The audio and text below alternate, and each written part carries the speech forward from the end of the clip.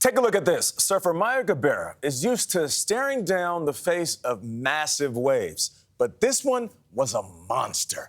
At 73 and a half feet high, it broke the record for the biggest wave ever surfed by a woman. Now, with her new children's book, Maya and the Beast, the Brazilian daredevil aims to inspire others. It tells a story of a little girl who won't give up trying to surf big waves and draws on Gabeira's experience trying to achieve her dreams. Maya, good morning. Good morning. Welcome. Thanks for having me. Yeah. So what made you want to write a children's book? Pandemic hit, and I was often walking my dogs in the forest. That's all I did for a while. And the title came up on my mind. And I was like, that could be fun. You know, I'm going to have time on my hands because the world is going a little crazy. And Maya and the Beast, title, and then work. And then work. I had no idea how to create a children's book. But it's a really good book. What do you want children to take away after they read this book?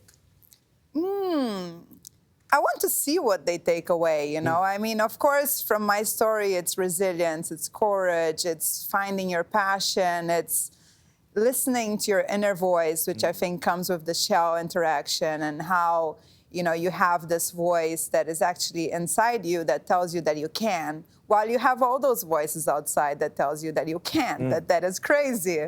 Yeah. So finding that, grabbing onto that, and realizing that there's going to be a lot of obstacles, but you can achieve whatever you put your mind into. Adults need to hear that too, that's for sure. And the beast, it seems, represents not just it's the wave in the book. It's the but wave. The beast can be whatever it is that you're Right. trying to overcome. Exactly. And sometimes, you know, I like to think that, like, the beast, you know, for the town and for a lot of people is this monster and this thing that nobody wants anything to do with.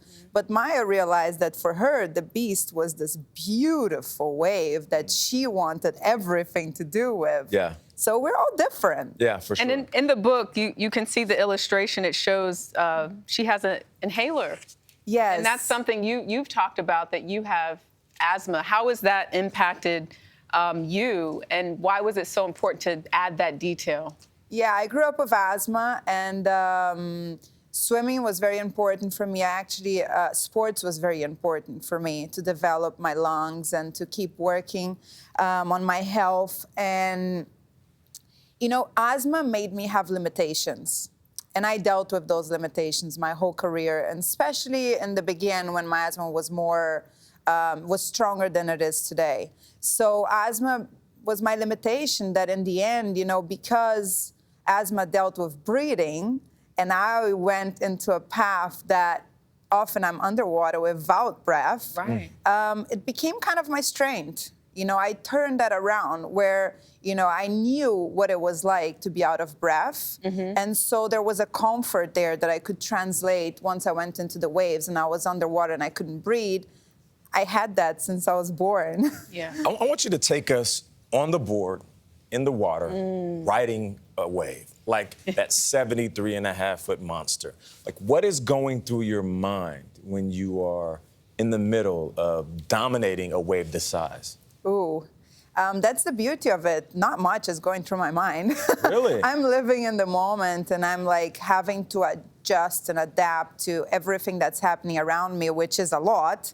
You know, the way that the wave is shaping, the line I want to take, how I want to make a critical ride, but also be safe and end the ride and the channel and be picked up by my partner. So I'm living in the moment, which I find is one of my favorite parts of big wave surfing, because it is so intense and demands so much focus that you're in the flow. There's no way out. You know, Right. your instincts are so alive, and you're really working with the knowledge you have created before. How do you do this, though? I mean, you almost lost your life in 2013 after having an experience like that. How are you able to still be in the moment, as you put it?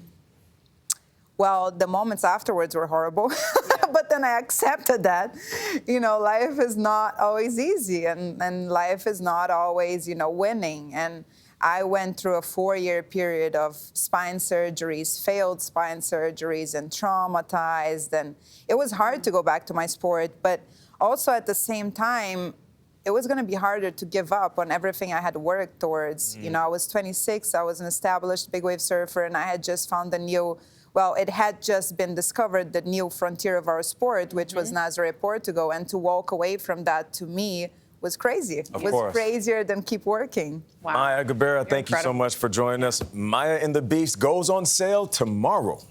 We'll be right back.